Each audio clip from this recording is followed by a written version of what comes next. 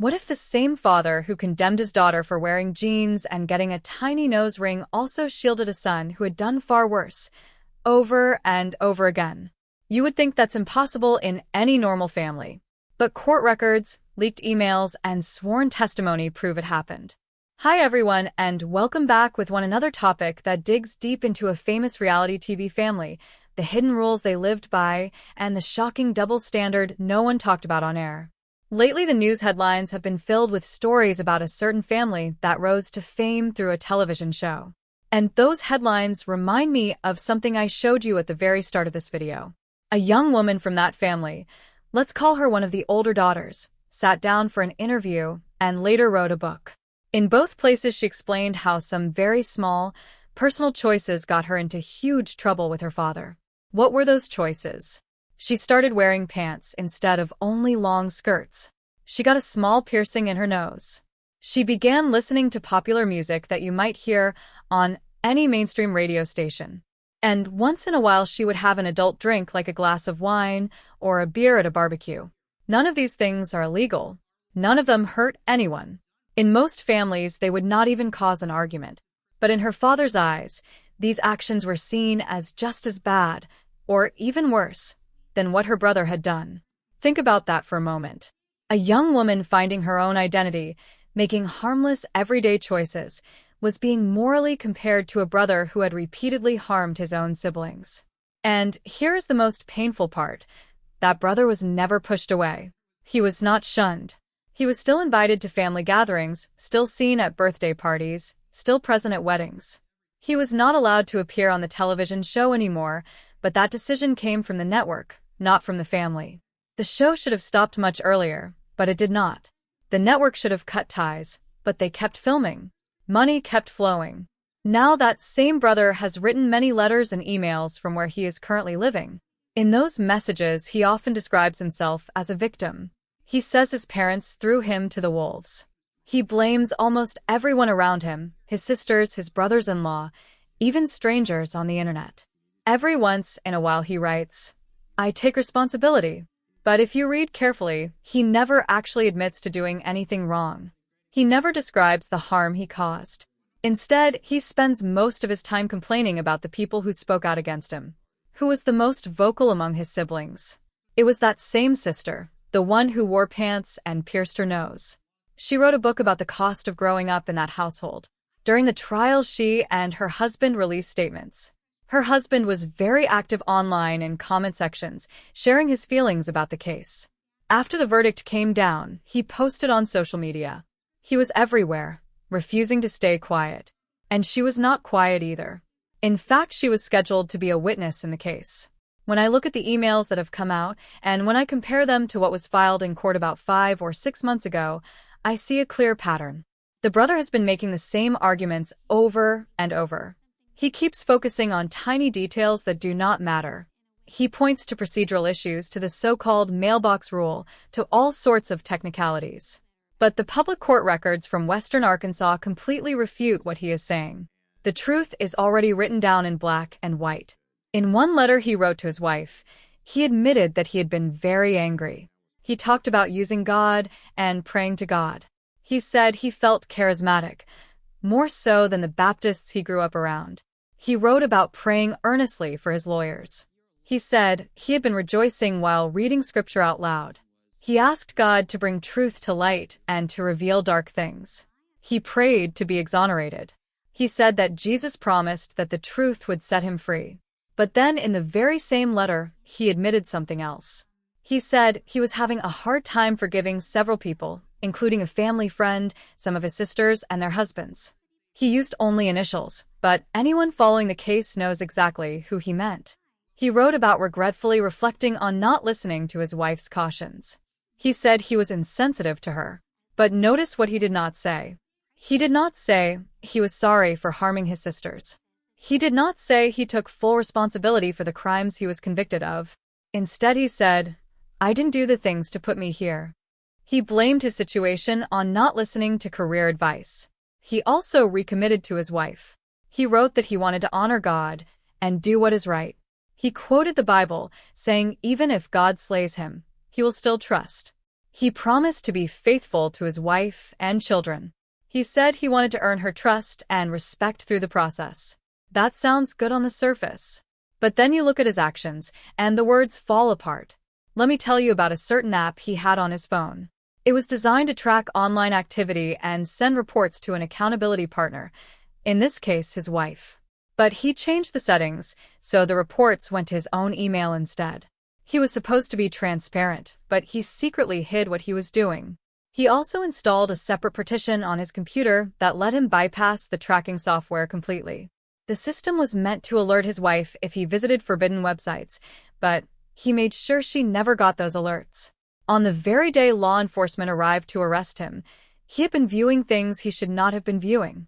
He was at the car lot where he worked, and the officers found evidence that he had been looking at inappropriate material just hours before. So here is a man who claimed to want accountability, who installed monitoring tools, who wrote long prayers about honesty, and yet he spent enormous energy hiding his behavior. He made sure his wife could not see what he was doing. He created secret partitions. He redirected emails. Now ask yourself, if someone truly wanted to change, would they do all of that? Or would they come clean and ask for real help? Meanwhile, he has never apologized to his family. He has never expressed genuine remorse to his sisters. Instead, he directs irrational anger at people who told the truth in court. There was a woman, let's call her a close family friend, who testified under oath about what she knew. The brother claims that because this woman later lost custody of her own children, her testimony must have been false. But court documents show that another sister gave a sworn deposition where she described exactly what happened to her as a child. Her account matched the friend's testimony word for word. A psychologist listened to her. Experts evaluated her. And she confirmed the same details that the friend had described on the stand. All of the sisters who were harmed acknowledged that the family friend knew the truth. One of the younger sisters recounted what happened to her, and again it matched exactly what the friend had said. So when the brother claims that these people are only speaking out for revenge or to settle a score, the evidence says otherwise. Even if that family friend is not a perfect parent, even if she has made mistakes, she still told the truth on the witness stand about what happened to those children. And the brother cannot stand that. What I find deeply disturbing is how much time and energy he spends being angry at his sisters. They are the very people he harmed in the first place. And then he turns his wife against them. He makes his wife believe that her sisters-in-law are the enemy. He paints himself as the real victim and his sisters as cruel betrayers. He writes things like, "God will avenge us." He says he is praying for God to judge the people who have been unkind to him. He trusts God to get the last word. Let me give you another example of his words. He wrote about a passage from the Book of Psalms. He said he thought of it in light of recent commentary from some of his brothers-in-law. He mentioned several family members by initials. Then he quoted scripture about holding his tongue and not sinning with his words when ungodly people are around. But he admitted that the more he thought about it, the hotter he got. A fire of words ignited inside him. He asked God to hear his cries and not ignore his tears. He asked to be left alone so he could smile again. And he ended with a prayer for deliverance. What I noticed while reading these messages is that his wife rarely complains about other people. In her messages, she mostly talks about practical things. She gets frustrated when people are angry at her for repeating what her husband has been saying. But he is constantly reminding her that he is the victim. He tells her over and over that everyone else is wrong and that he is the one being persecuted. In another message he wrote, "God will avenge us." He said he was specifically praying for people who had been unkind. He said he was trusting God to judge them. He wrote, "God sees and he knows the truth, and the truth will set me and us free." Then he added that these other people do not care about the truth. He said they are excusing their own bad behavior. He claimed that no matter what the truth is, those people should treat him the same way. He argued that all sins are equal in God's eyes, so why should anyone treat him differently? That last part is very telling. This family was raised on the belief that any sin, from telling a lie to committing a felony, is equally wrong. That sounds spiritual on the surface, but in practice it becomes a way to minimize terrible actions. If wearing pants is the same as harming a child, then harming a child is no worse than wearing pants. That twisted logic allows abusers to feel less guilty. It allows families to protect perpetrators because we are all sinners. And it silences victims because if they complain, they are told they are also sinners who need forgiveness. His wife has written many pages defending him. She has rambled about how unfair the case was, even though she knows the truth about what he did to his sisters. She has argued that the witnesses were lying, even though multiple sisters gave the same accounts under oath. She seems more angry that people celebrated his arrest and conviction than she is about the crimes themselves. She blames the people who acknowledged the harm rather than the person who caused it. This tells me that he has harmed her in the same way he harmed his siblings. He views her as an object. The emails he writes are very graphic. He describes physical things he wants to do to her in explicit detail. He demands that she send him certain kinds of photos. In the same message where he complains about his family and cries about his situation, he will switch to a paragraph describing intimate acts. It is like he cannot control his thoughts. He goes from lamenting about his children to making graphic demands to yelling about his sisters. This is not normal behavior. Most people, when facing years in prison, do not spend their time switching between rage, self-pity, and explicit demands. But he does not drink alcohol. He does not use drugs. His coping mechanism is something else entirely. He is addicted to certain behaviors. It is not healthy to cry about missing your kids in one sentence and then demand graphic content in the next. To live inside his mind, you have to bend over backwards to justify what he has done. You have to tell yourself that multiple witnesses are all lying. You have to ignore the sworn testimony of his own sisters. You have to believe that a massive conspiracy exists just to hurt him. That is a very lonely and dark place to be. I do believe that he experienced harm as a child. He was exposed to things no child should be exposed to. And I am not making light of that. But being harmed as a child does not give anyone a free pass to harm others as an adult. At some point, people have to take responsibility for their own actions. He refuses to do that. Instead, he psychologically manipulates his wife to such a degree that she now believes manufactured lies. He cannot tell her the truth because he is afraid she would leave. So it is easier for him to keep lying.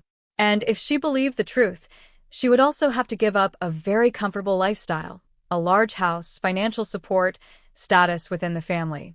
That brings us back to what the sister, the one who wore pants and pierced her nose, said all along. The family treats the brother better than everyone else.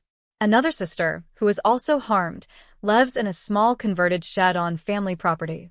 Sons are put in sheds. Daughters are put in sheds. But the convicted brother's wife lives in a $1 million home. And then that brother has the audacity to scream and yell at his parents and siblings, blaming them for his problems. It seems like he is getting a lot of help from his father. His father covers things up, pays for lawyers, and provides housing. Why? I believe it is because the son holds secrets.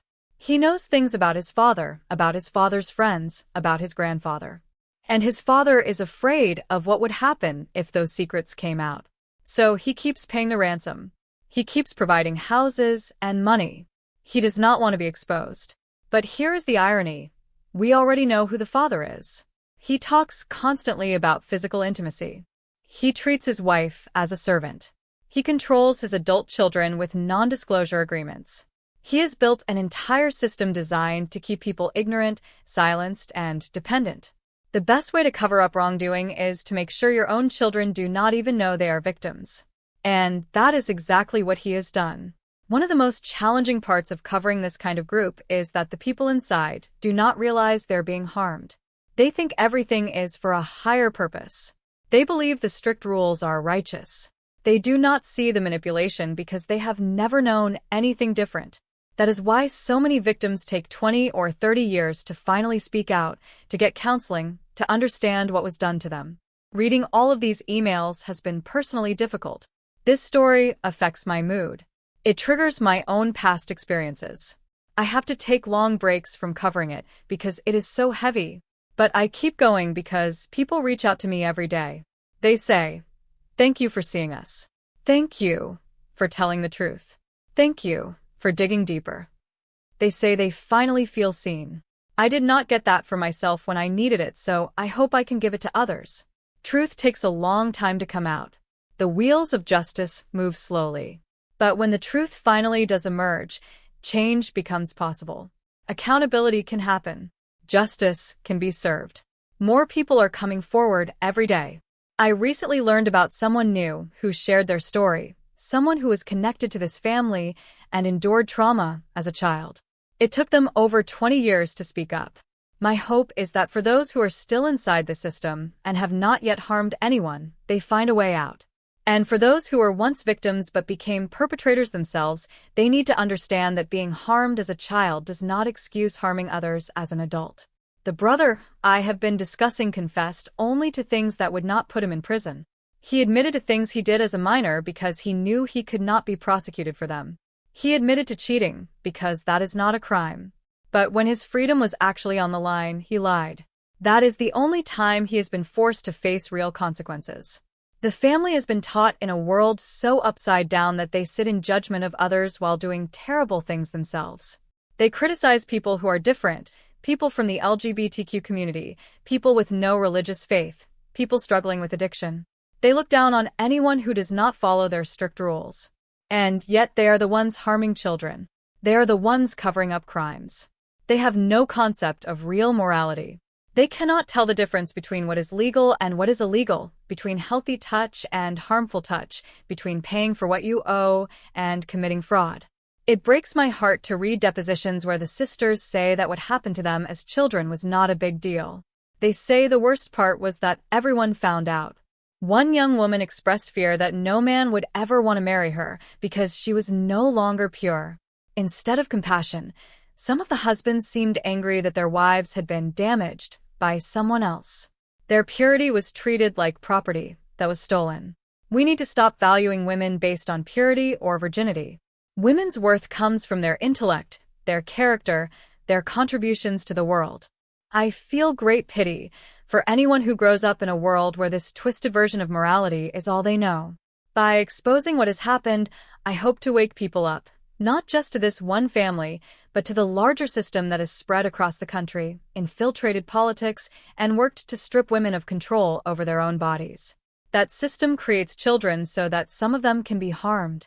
And when the men are finally held accountable, they cannot handle it because they were never taught true accountability. They are arrogant and narcissistic. They believe they are above the law. The father created this mess.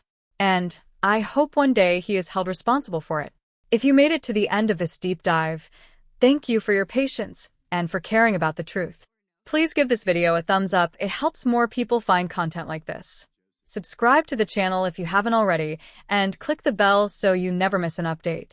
I would love to hear your perspective in the comments below. Have you seen similar double standards in other families or communities?